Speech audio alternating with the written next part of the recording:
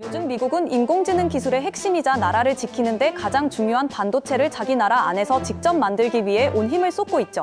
하지만 청문회에서는 공장을 짓고 허가를 내주는 속도가 대한민국이나 대만보다 훨씬 느리다며 마음 졸이며 불만을 털어놓는 목소리가 쏟아졌는데요. 세계 최고 수준의 반도체 공장과 빠른 승인 제도를 갖춘 우리나라를 배워야 한다며 비교 대상으로 삼는 현장과 중국을 이기기 위해 규제를 풀고 힘을 모으자는 뜨거운 토론 현장을 지금 바로 만나보시죠. Opportunity to testify on the semiconductor ecosystem and its central role in artificial intelligence. Semiconductors are no longer just an input to the digital economy. They are the foundation of economic competitiveness, national security, and technological leadership. Leadership in semiconductors will determine leadership in AI. Intel is the only American company that both designs and manufactures leading-edge logic chips. And what makes us distinct is not just what we build, but where and how we build it. Our technology development and manufacturing is conducted in the United States using US-developed process technology and IP. We are investing more than $100 billion in new and expanded facilities in Arizona, New Mexico, Oregon, and Ohio, and have committed approximately $93 billion to domestic R&D since 2020. Co-locating R&D with manufacturing is a national security advantage, and one of the reasons Intel partners with multiple federal agencies, including the Department of Energy. AI has moved from breakthrough technology to backbone technology at extraordinary speed, driving a surge in compute demand like anything else in history. This creates three realities: an opportunity, because the US is the world's largest market for AI compute; a challenge, because a single leading-edge fab costs upwards of $20 billion and takes years to build; and a national security imperative, because nations that lead in AI compute have asymmetric advantages in intelligence, autonomous systems, and cyber operations. The question is straightforward. Will the United States build the infrastructure that powers the AI era, or depend on others to supply it? 미국은 인공지능 시대를 이끌기 위해 반도체 설계와 칩 제조 공장까지 직접 자기 땅에 세우려고 힘쓰고 있죠. 하지만 대한민국이 이미 세계 최고 수준의 반도체 단지를 탄탄하게 가꾸어 놓은 것과 달리 미국은 이제 막 시작하는 단계라 시간과 비용 모두 엄청난 숙제를 안고 있습니다. Intel's answer: America must build. The global semiconductor supply chain is under pressure from three forces at once: surging AI demand, geopolitical competition, and concentration points of failure. Active conflicts have disrupted access to noble gases essential to chip manufacturing. Critical minerals are disproportionately refined in China. Over 90% of leading-edge production remains concentrated in Taiwan. The Trump administration's agreement with Japan and Taiwan are driving further US investment. The CHIPS Act has catalyzed more than $500 billion in announced private sector commitments across 28 states, but the work is not done.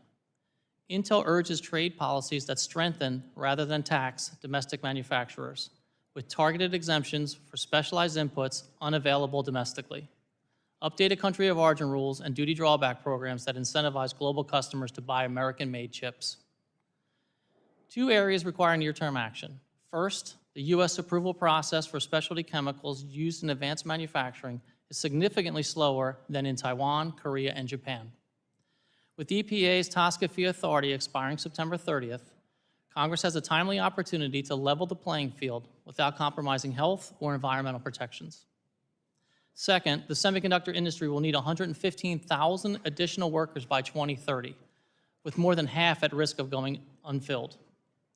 Intel has committed $100 million over 10 years to workforce development alongside the NSF, university, and community colleges, but federal partnership through STEM education and sustained training is essential to scale. The CHIPS Act has been essential to restoring US competitiveness. Intel has received $8 billion under its CHIPS agreements. 미국 기업들은 칩 생산 공장을 지으려 해도 미국 안에 복잡하고 까다로운 환경 규제 때문에 속도가 너무 느리다고 아쉬워하죠. 특히 화학물질 허가를 받는 과정이 세계에서 가장 빠르게 반도체를 만들어내는 대한민국에 비해 너무 느리다며 불만을 터뜨렸는데요. 전 세계에서 반도체를 가장 잘 만드는 우리나라의 빠르고 안전한 허가 제도를 미국 청문회에서도 배워야 한다고 칭찬을 아끼지 않는 모습입니다. The chairman recognizes himself for 5 minutes for an opening statement. Good afternoon, everyone, and welcome to today's hearing examining the state of the semiconductor ecosystem. From consumer devices and household items to AI applications, semiconductors or chips are critical components to today's society and are essential to our national and economic security. Semiconductors come in many forms, as you know: logic and memory, leading edge and legacy, each serving distinct and indispensable functions across the economy. For decades, the U.S. has dominated the world stage of semiconductors, leading in areas such as global revenue, manufacturing capacity, and semiconductor design, to name just a few. But that leadership is no longer guaranteed, unfortunately. American semiconductor manufacturing capacity has declined over 25% since 1990. Our adversaries, particularly China, are actively seeking to unseat us from global leadership and disrupt our supply chains. Through my work on the Energy and Commerce Committee and the Select Committee on China, I've seen firsthand the strengths and strategic vulnerabilities of the U.S. semiconductor ecosystem that defines our strategic competition with China. While the U.S. remains a leader in semiconductor design, China is rapidly scaling its own capabilities, backed by significant state subsidies, and maintains a dominant position in the rare earth materials critical to chip production. 미국 청문회에서는 컴퓨터 칩이 가전제품을 넘어 나라의 평화와 살림살이를 지키는 가장 중요한 부품임을 거듭 확인하고 있죠. 특히 과거에는 세계 반도체 시장을 쥐고 흔들었던 미국이 지금은 스스로 칩을 만드는 능력이 크게 떨어져 세계 메모리 시장을 이끄는 대한민국 같은 나라들에 완전히 앞선 자리를 내주게 된 아픈 현실을 고백합니다. At the same time, demand for semiconductors is being transformed by artificial intelligence. AI applications are among the most critical use cases of semiconductors in today's society. AI is the leading use case for semiconductors, and the AI surge is responsible for over half of the total semiconductor revenue, potentially reaching $500 billion this year. And $1 trillion by 2030. AI is critical. It's a critical driver of economic growth, as you know, ceding global leadership or leaving our semiconductor supply chains vulnerable to disruption at the hands of China could be catastrophic for U.S. leadership in AI. The good news is that we have not ignored these emerging threats. Between congressional and executive action, including actions in this committee, there's been an array of actions to strengthen U.S. global semiconductor leadership. This hearing will also examine those solutions and consider what other actions may be taken. Thank you again to all of our witnesses for being here. We appreciate you so very much. Thanks for the time. I'm looking forward to hearing your expertise and to the conversation ahead. So I'll yield back and recognize the ranking member of the full committee, the subcommittee, Ms. Schakowsky, for her 5 minutes for an opening statement. You're recognized. Thank you, Chairman. Well, this is an important debate that we're having right now. The American people, excuse me. I'm sorry. Yeah, the American people definitely rely on these chips. And wait, I'm missing it here.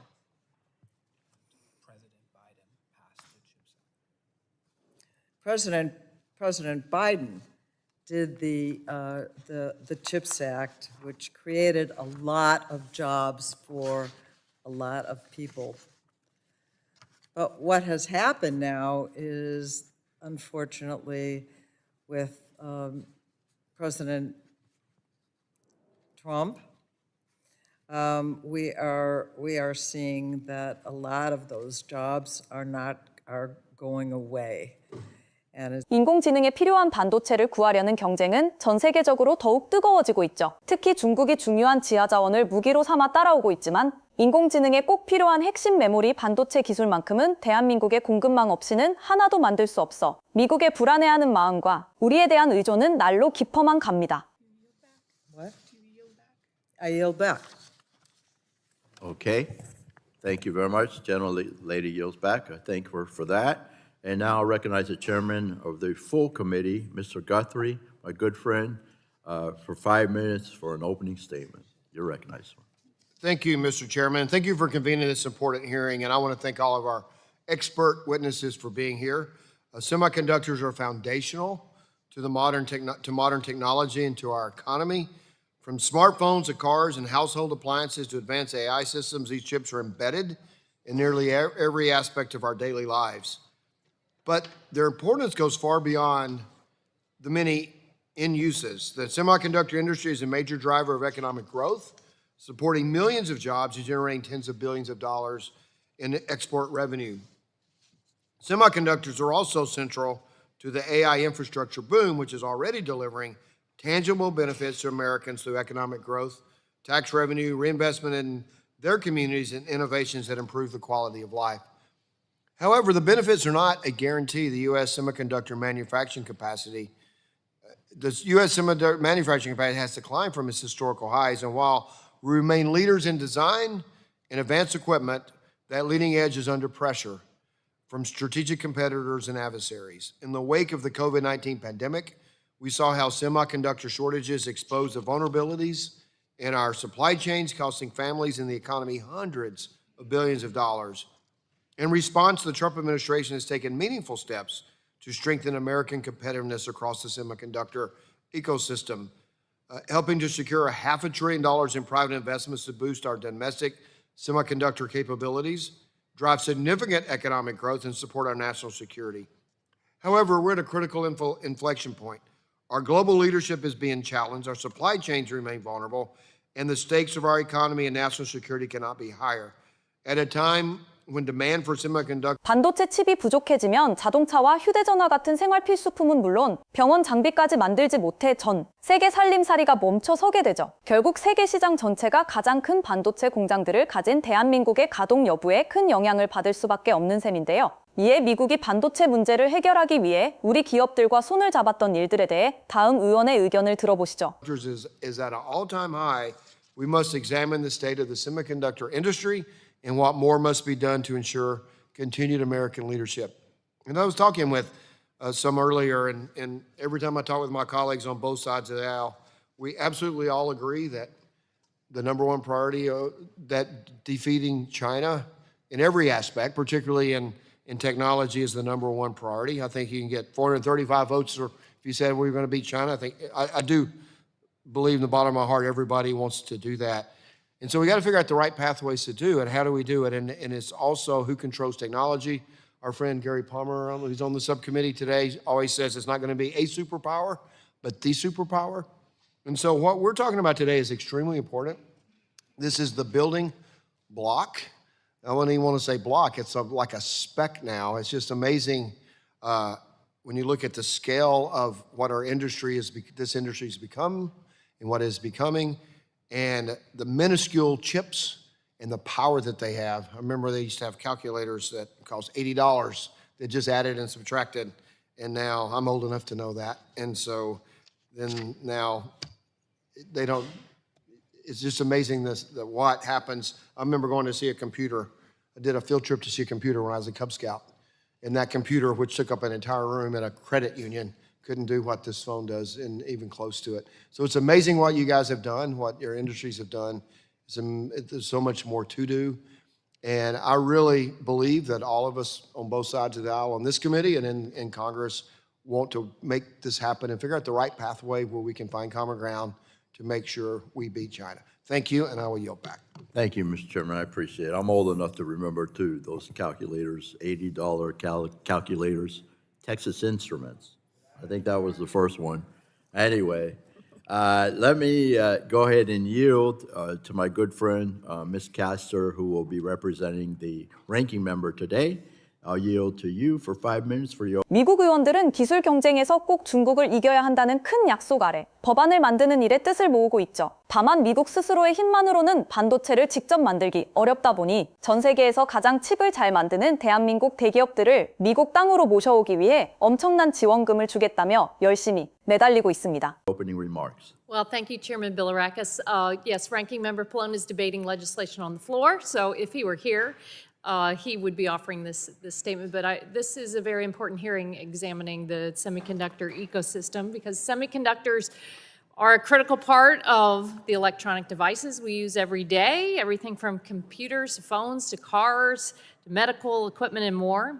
They're also fundamental to artificial intelligence and the processing power to train AI systems.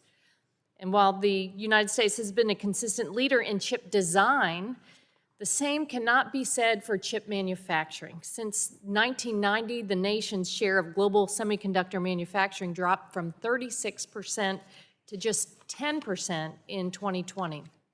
And during the pandemic, we saw the impact of this decline when global supply chains from everything from autos to video game consoles were disrupted. This led to higher consumer prices and concerns about access to chips for critical sectors. In response to the national and economic security threats due to the lack of domestic semiconductor manufacturing, Congress passed and President Biden 의원들은 예전에 방 하나를 가득 채우던 커다란 컴퓨터가 오늘날 손바닥 안에 휴대전화로 쏙 들어오기까지 반도체가 보여준 신기한 변화에 감탄하고 있죠. 이 놀라운 일 뒤에는 세계 최고 수준의 아주 정밀한 솜씨로 칩을 더 작고 튼튼하게 만들어낸 대한민국의 뛰어난 기술진이 당당하게 자리 잡고 있습니다. This landmark legislation provided $50 billion in funds to support domestic manufacturing and research and development of chips. As of July 2025, almost exclusively thanks to the Biden administration, the Department of Commerce had awarded about $30 billion to 19 companies in manufacturing grants for projects across the country, including in Arizona, Ohio, and New York. We should be building on that progress. But instead, the Trump administration has slashed the expert personnel dedicated to chips, has shut down NatCast, a nonprofit dedicated to distributing R&D funds under the law.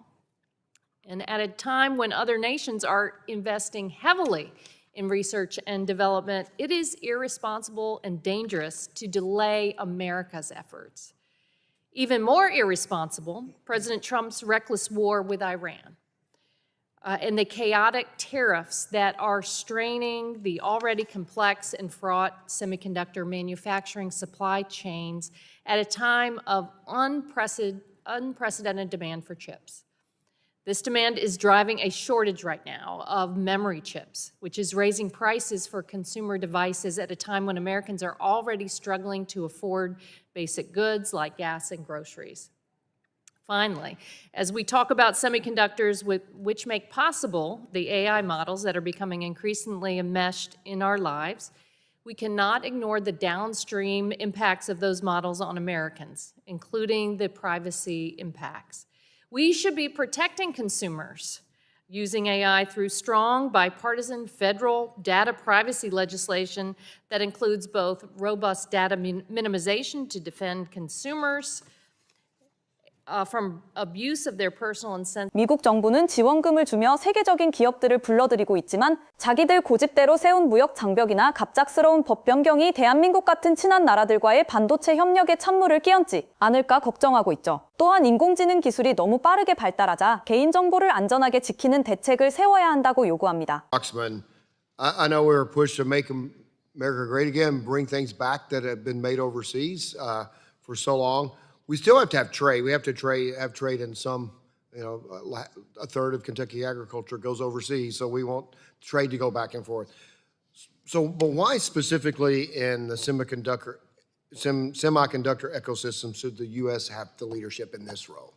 Thank you, Mr. Chairman. I appreciate the question. And the semiconductor is, of course, the backbone of technology. From the old TI calculators from your youth, I had one of those when I was in the Cub Scouts too. to the modern technology and the AI stack that we're trying to export around the world.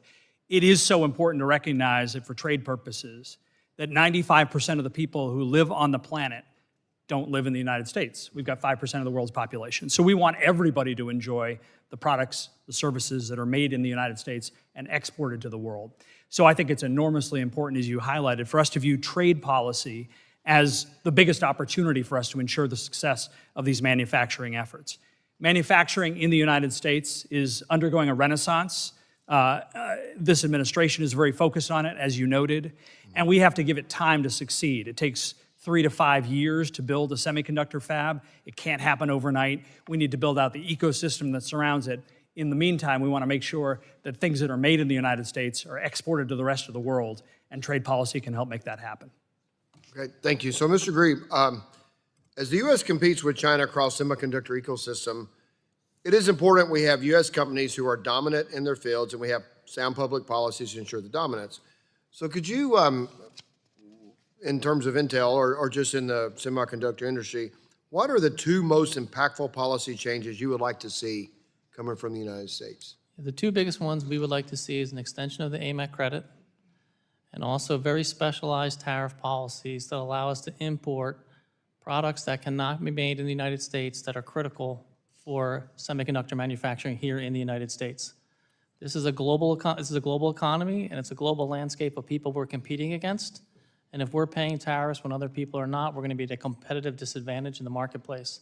So it's extremely important to have both the AMEC credit so we can do long-term planning and make sure we understand what our cost structure looks like at the company level, and at the same time, make sure we're not disadvantaged from a cost perspective due to tariffs.